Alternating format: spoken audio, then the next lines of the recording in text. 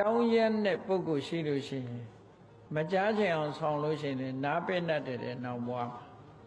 ရလားနောင်ဘွားနားပိတ်နဲ့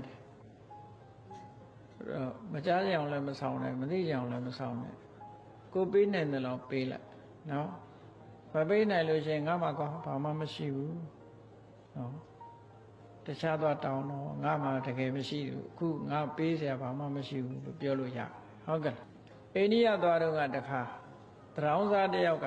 လူတယောက်ကိုလာတောင်းတယ်အဲ့ဒီလူကဘာလို့ဘရိုဒီစားနေနံပြားလိုဟာမျိုးပေါ့နော်ဘရိုဒီစားနေတာတရောင်းစားတယောက်ကလာတောင်းတော့သူက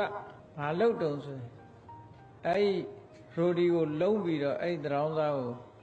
ရင်ဘတ်ကိုအဲ့ဒီဘရိုဒီနဲ့ထုလိုက်တယ်တရောင်းစားကအဲ့မြေကြီးပေါ်ကျသွားတဲ့ဘရိုဒီကိုကောက်ပြီးတော့စားပါရှာနော်စိတ်မဆိုးတဲ့အပြင်အဲ့တော့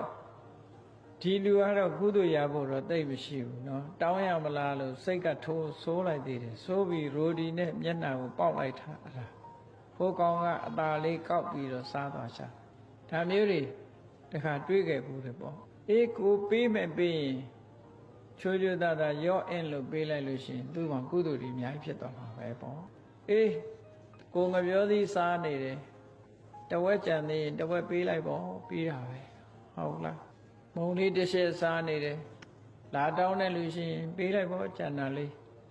ဒီလိုဆိုလိုတာပေါ့နော်အေးအဲ့ဒါလို့တရားလည်းရှိတယ်သီလလည်းရှိတယ်တောင်းရတဲ့ပုဂ္ဂိုလ်တွေရဲ့စကားကိုနားလည်ပြီးဘယ်တော့မှငါသာသုံးမယ်ဆိုတဲ့စိတ်ဓာတ်မရှိဘူးများကိုမျှဝေပြီးတော့သုံးမယ်ဆိုတဲ့စိတ်ရှိတဲ့ပုဂ္ဂိုလ်ဟာလူထဲမှာတင်းတော့တင်းတယ်ဖြစ်တဲ့ပုဂ္ဂိုလ်မျိုးရှိတယ်ဖြစ်တယ်တဲ့တရားတရားကောင်းဘာနဲ့ဥပမာတူတော့ဆိုရင်